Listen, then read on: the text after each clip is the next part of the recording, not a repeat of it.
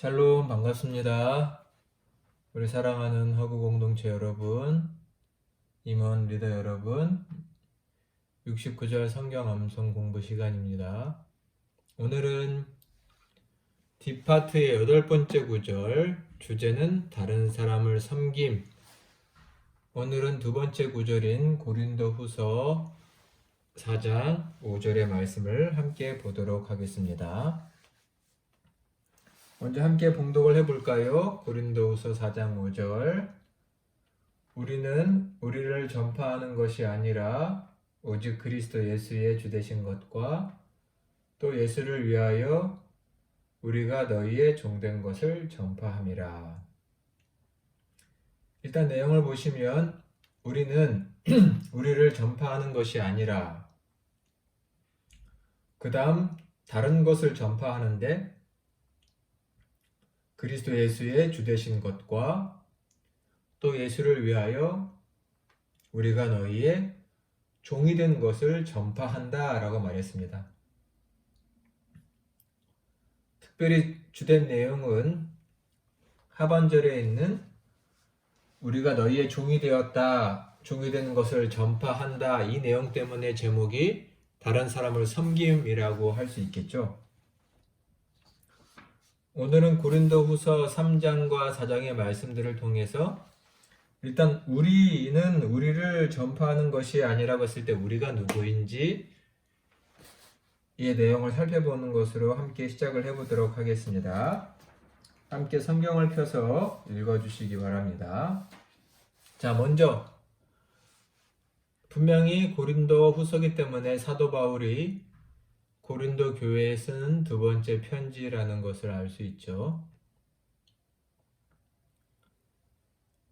우리는 누구이냐? 당연히 사도 바울과 그의 선교 동역자들을 말할 텐데 특별히 고린도전서 3장의 말씀들을 통해서 한번 조금 더 구체적으로 살펴보면 좋을 것 같습니다.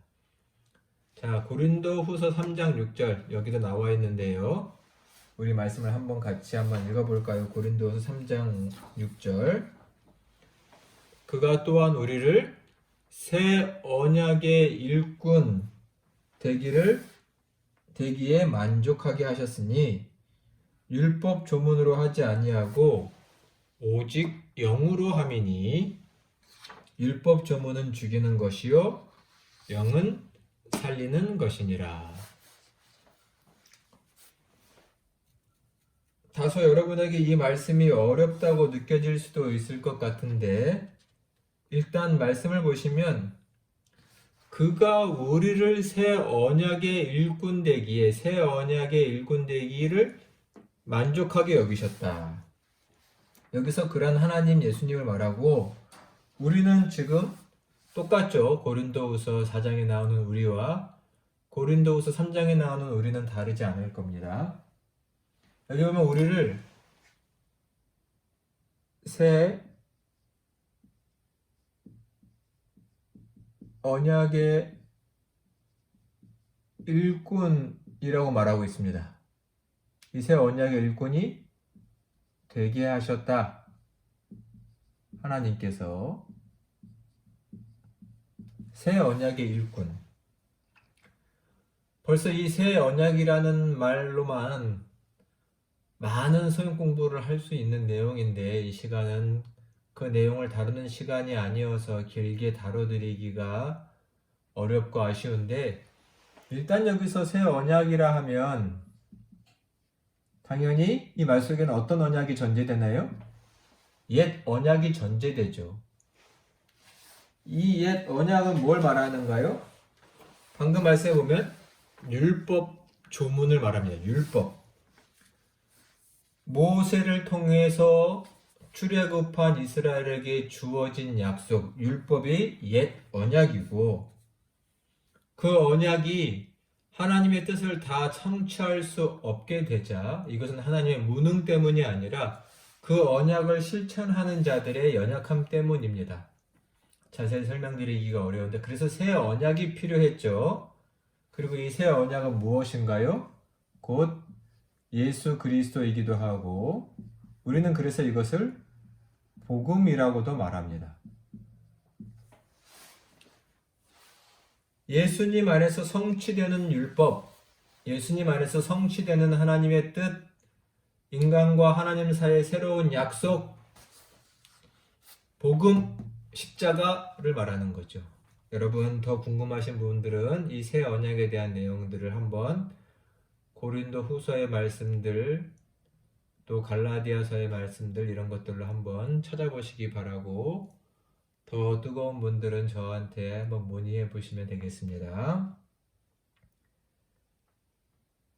새 언약의 일꾼이 되게 하셨다, 복음의 일꾼이 되게 하셨다라고 말하면서 이 새 언약의 일꾼은 율법 조문에 의해서 된 것이 아니고 오직 하나님의 영으로 된 것이다.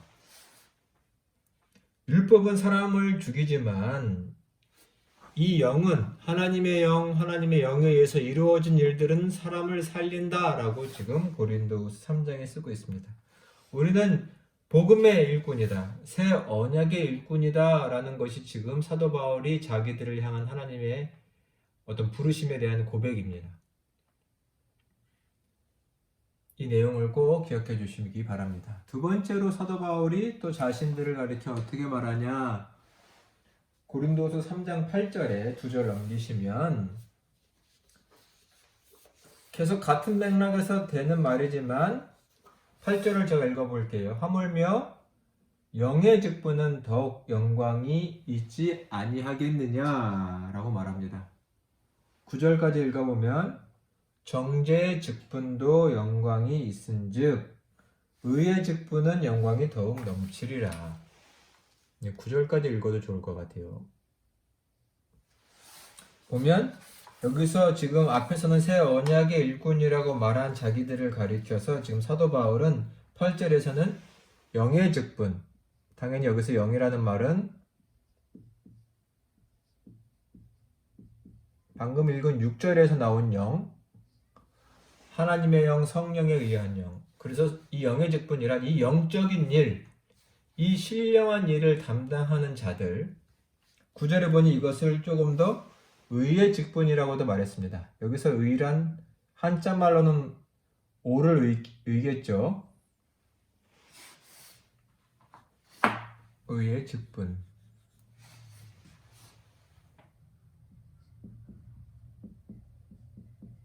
즉 하나님의 의를 얻게 하는, 하나님의 은총을 얻게 하는 직분이란 뜻입니다. 이 의라는 말도 상당히 어렵게 들릴 수도 있지만 인간의 의, 인간의 노력이 아닌 하나님으로부터 주어지는 의로움, 이것이 사도 바울이 말한 믿음으로 의롭게 된다는 그 의죠. 그러나 이 의로움의 개념은 은총의 개념으로만 이해할 때 더 쉽습니다. 하나님이 죄인을 죄 없다 하시는 용서의 은총을 말하는 것이고, 이 용서의 은총을 선포하는 그 직분을 가진 자들이 우리다라고 말하고 있습니다. 의의 직분, 영의 직분은 다 같은 말, 새 언약의 일꾼도 다 같은 말이라는 것을 기억해 주세요. 세 번째로 보면 고린도서 3장 17절도 한번 같이 읽어볼까요? 주는 영이시니 주의 영이 계신 곳에는 자유가 있느니라. 여기도 여전히 영이라는 말이 나오죠. 근데 또 구체적으로는 주는 영이시다라고 말합니다. 주. 보통 유대인에게 주, 퀴리오스라는 말은 하나님을 가리키는 말이죠. 주는 영이시니 라고 일단 하나님에 대한 설명을 하고, 그 다음 말하기를 주는 영이시니 주의 영이 계신 곳에는 뭐가 있다고요? 영이 있는 곳에, 영이 계시는 곳에는 그 특징과 그 역할로서의 자유가 있다라고 말합니다. 이 맥락에서 보면 우리는 누구냐면 자유를 선포하는 자입니다. 자유를 선포하고 이 땅 가운데 참된 자유를 이루어가는 사람들, 하나님이 만드시는 자유, 성령께서 만드시는 그 자유의 통로가 되는 사람들이 우리다, 복음의 일꾼들이다, 이렇게 말하고 있습니다. 참으로 복음이 바르게 선포되고 복음 가운데 교제하는 곳에는 이 자유가 늘 따르는 줄로 믿습니다. 자유가 아닌 억압과 불평등과 폭력이 있는 곳은 성령이 계신 곳이 아니죠. 네 번째 우리는 누굴까요? 고린도후서 3장 18절 그 다음 절을 한번 읽어볼까요? 제가 읽겠습니다. 우리가 다 수건을 벗은 얼굴로 거울을 보는 것 같이 주의 영광을 보매 그와 같은 형상으로 변화하여 영광에서 영광에 이르니 곧 주의 영으로 말미암음이니라. 자, 일단 우리라는 말이 또 나왔죠. 우리가 다 수건을 벗은 얼굴로, 얼굴인데 어떤 얼굴이냐면 수건을 벗은 얼굴입니다. 거울을 보는 것 같이 주의 영광을 본다. 이 말씀에는 두 가지 의미가 담겨 있는데 두 가지로 그 뜻을 해석할 수가 있는데요. 일단 수건이라는 것에 조금 의미를 둬서 생각을 하면 또 앞에서 본 6절부터 이어지는 율법에 대한 내용들을 보면 이 수건을 모세를 떠올리고 하는 말로 기억할 수 있습니다. 첫 번째로는 이 수건을 모세를 떠올릴 수 있습니다. 즉 뭐냐면 모세가 하나님 앞에 가서 40주 40야를 금식하고 기도하며 하나님께로부터 약속의 계명을 받아왔을 때 그의 얼굴에 놀라운 광채가 나서 사람들이 자기를 주목하자 모세가 자기의 얼굴을 수건으로 가리고 다녔다라고 되어 있습니다. 그리고 그 광채가 사라지자, 물론 그 광채는 거룩하신 하나님의 임재와 영광 속에 있음으로 말미암아 모세가 얻게 된 광채죠. 그 광채가 사라지고 나서야 얼굴에 있는 수건을 벗었다라고 구약에 써 있죠. 그것을 빗대어서 지금 말한 걸 수도 있습니다.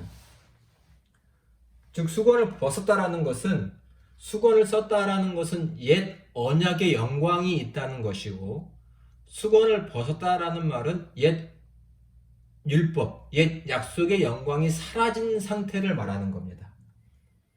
모세를 가리킨다고 했을 때는 이런 해석이 가능하고, 다른 해석은 다음 해석은 이런 겁니다. 수건을 벗은 얼굴로 거울을 본다.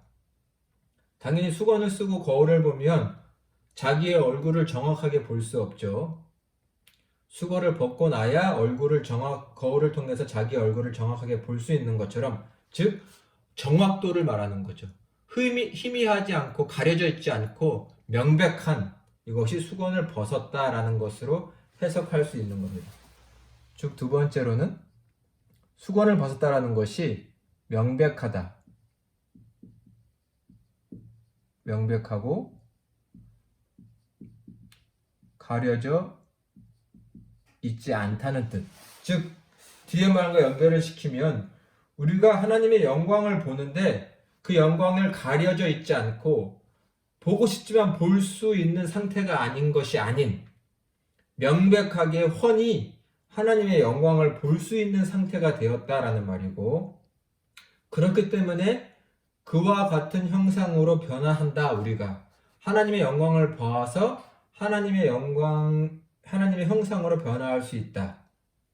그 뒤에 말 영광에서 영광에 이른다라는 말은 조금 깊은 심오한 뜻이 있다기보단 제 판단으로는 어디에서 어디로라는 것은 항상 헬라어 문법에서 강조 표현입니다.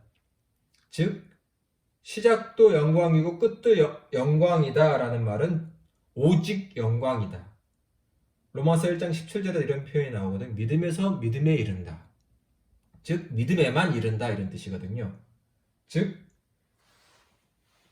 하나님의 영광을 보는 일에 막힘이 없고 명백하고 가린 것이 없어서 하나님의 영광을 볼 수 있고, 결국 이것은 우리로 하여금 그 하나님의 영광에 참여하게 만든다라는 뜻입니다.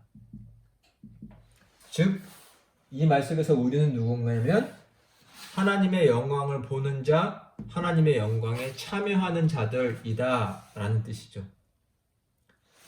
조금 말씀 내용이 어렵나요? 좀 깊게 한번 다시 여러분 꼭 이 말씀을 펴서 묵상을 해보시기를 바랍니다. 우리는 이러한 사람이다. 내용 한 가지입니다. 새 언약의 일꾼입니다.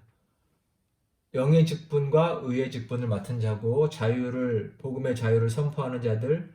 이 복음은 너무나 영광스러운 영광입니다. 즉 과거의 율법, 옛 조문의 영광이 아닌 새 언약의 영광. 명백하게 예수 그리스도를 통해서 주어지고 드러난 영광. 그리고 우리가 그러한 영광을 가지게 된다라는 말을 하고 있습니다. 이러한 우리가 사도 바울은 말을 하기를 우리를 전파하는 것이 아니라 첫 번째로는 그리스도 예수의 주되신 것과 당연히 예수의 주되신 것, 복음을 전파하는 자라는 것이죠. 일단 새 언약의 일꾼들은 무엇을 해야 합니까? 첫 번째는 예수라는 분이 그리스도 무슨 뜻이죠? 메시아 구세주라는 뜻이죠. 그리스도라는 것과 또 주이시라는 것. 이 주라는 말에는 하나님이란 뜻도 있고 우리의 왕이란 뜻도 있지만 우리 주되심이라는 것을 뭐 해야 되나요? 선포하고 증언해야 합니다. 이것이 첫 번째 우리의 역할이고 오늘 교육에서 강조점은 두 번째에 있죠. 뭐라고 말하죠? 하반절에 보면 우리가 예수 안에서 예수를 위해서 우리가 너희의 종된 것을 전파한다. 우리가 너희의 종이라는 것을 전파한다.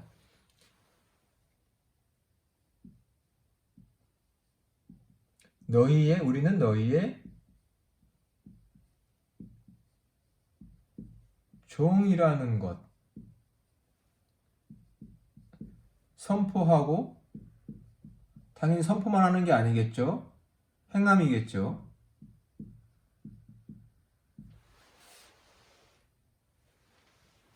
우리가 너희의 종이라는 것을 선포하고 행한다. 사실 우리가 누군가의 종이 되고 머슴이 되고 시중 두는 자라는 것을 굳이 입으로 말하고 알리는 사람이 어디 있을까요? 왜냐하면 말하면 그렇게 살아야 하기 때문이죠. 의무가 지어지기 때문이죠. 그런데 바울은 지금 말을 하긴 우리는 너희의 종된 것을 전파하고 있다라고 말씀해서 구체적으로 말합니다. 그렇게 살겠다라는 것이죠. 제자란 다른 사람을 섬기는 자라는 것을 말하고 있습니다. 그럼 다른 사람의 종으로서 해야 할 일이 뭘까요? 일단 오늘 말씀이 있는 고린도 4장 5절이 있는 앞뒤 구절을 한번 살펴볼까요? 4절과 6절의 말씀. 자, 4절을 보시면 그 중에 이 세상의 신, 이것은 악한 영을 말하죠. 마귀. 이 세상의 신이 믿지 아니하는 자들의 마음을 혼미하게 하여 그리스도의 영광의 복음, 지금 다 단어 겹치죠. 영광이라는 말도 나오고 복음이라는 말도 나오죠. 그리스도의 영광의 복음의 광채가, 이 광채라는 말은 영광과 똑같죠. 아까 모세의 얼굴에 광채가 났다고 말씀드렸죠. 원래 그 광채는 하나님의 영광의 광채입니다. 근데 지금 4절에서는 이제는 그 광채가 그리스도에게 있다, 그리스도의 복음에 있다라고 말합니다. 그리스도의 영광에 복음의 광채가 미치지 못하게 하면요, 그리스도는 하나님의 형상이니라. 6절에 어두운데 빛이라 말씀하셨던 그 하나님께서 예수 그리스도의 얼굴에 있는 하나님의 영광.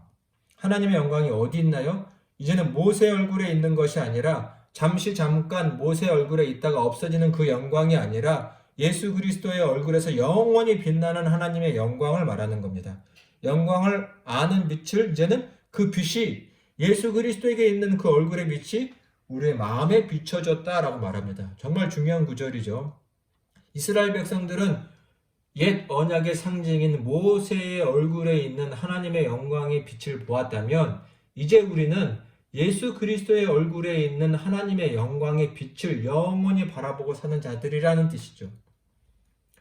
중요한 건 뭐냐면, 그러면 우리가 이 종된 사람들이 해야 할 일은 뭐냐면, 사전의 말씀에 보면 광채, 이 세상의 신이 믿지 아니하는 자들의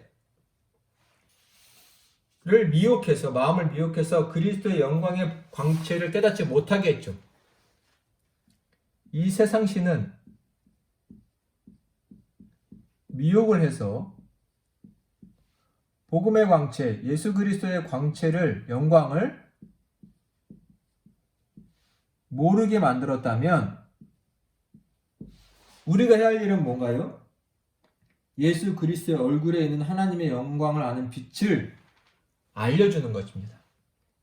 이들에게 예수 그리스도의 얼굴에 있는 하나님의 영광을, 물론 이 내용은 복음이죠. 이 영광을 볼 수 있게끔 해주는 것, 이것이 종이 해야 할 일이라는 것입니다. 매우 중요한 내용입니다. 우리가 해야 할 일은 이것이다 라는 것이죠. 조금 더 구체적인 얘기를 해보면, 자, 옆에 써 있는 고린도후서, 이제 아까 3장까지 살펴봤는데 앞으로 가서 1장에 보면 이런 말씀이 또 있습니다.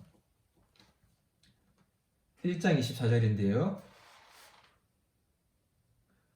우리가 너희 믿음을 주관하려는 것이 아니요 오직 너희 기쁨을 돕는 자가 되려 함이니라 하미니 이는 너희가 믿음에 섰음이라. 너희의 기쁨을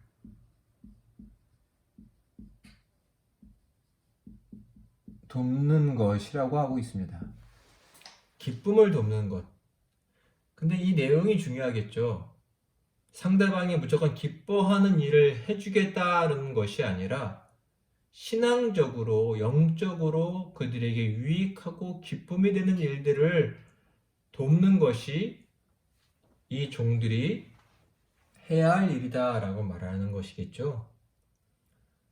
그 내용들은 어떻게 기쁨, 영적인 기쁨, 신앙적인 기쁨과 만족을 줄 수 있는지에 대해서는 정말 성경에 많은 내용이 있지만 오늘은 여기 써 있는 네 구절들만 살펴보면서 그 내용들을 간단하게 짚고 넘어갈 테니까 여기 있는 구절들을 여러분이 각자 한번 따로 묵상을 해봐 주시기를 바랍니다. 자, 먼저 고린도후서 13장 6절. 고린도후서 13장이면 사랑장이죠.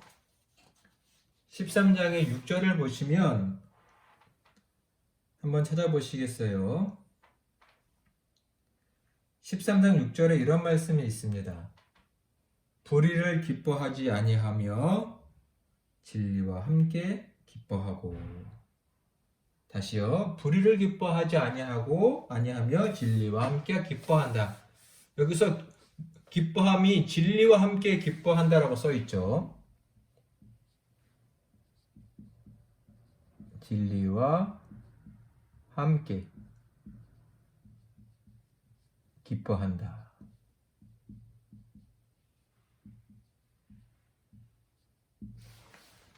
그냥 기쁨이 아니라 우리가 갖는 기쁨, 우리가 가져야 하는 기쁨은 이 진리의 말씀으로 인한 기쁨입니다. 우리는 결국은 진리, 참된 것으로 인해서 우리의 영혼은 기뻐하고 만족하는데 결국 하나님의 종들은 다른 사람을 섬기는 일에 말씀을 가르쳐주고 그것을 깨우쳐줌으로 그들의 영혼의 기쁨을 채워줘야 합니다.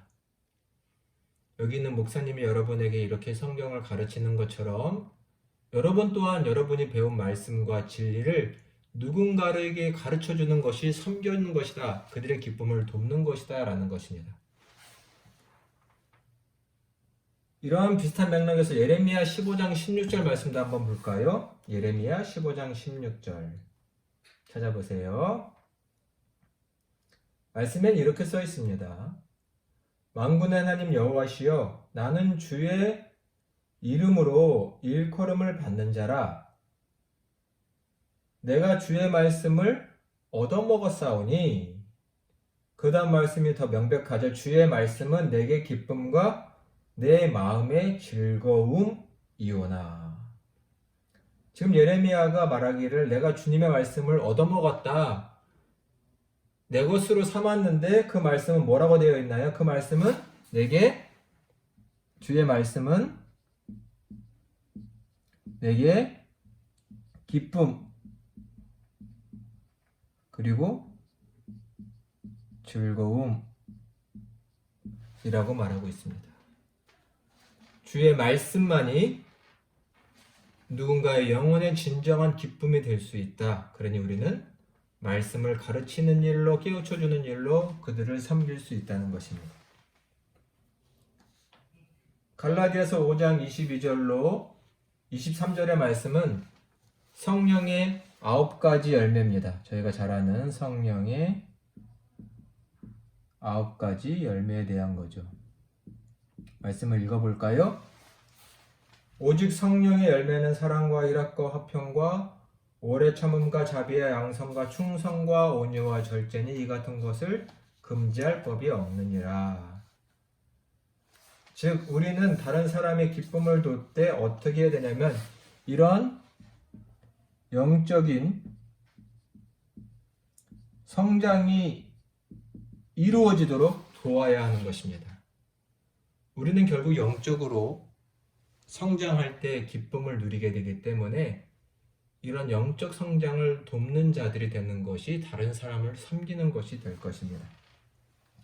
다음 구절 마지막으로 로마서 15장 26절 27절을 살펴볼까요? 자, 제가 읽겠습니다. 로마서 15장 26절 27절. 이는 마게도냐와 아가야 사람들이 예루살렘 성도 중 가난한 자들을 위하여 기쁘게 얼마를 연보하였다. 그들의 기쁨 중에 하나가 연보하였다, 헌금하였다는 겁니다. 가난한 자들을 위한 헌금. 27절.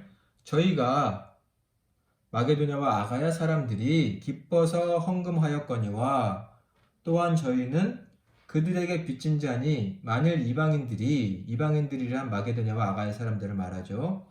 그들의 영적인 것을 나눠가졌으면, 그들이란 말은 예루살렘이죠.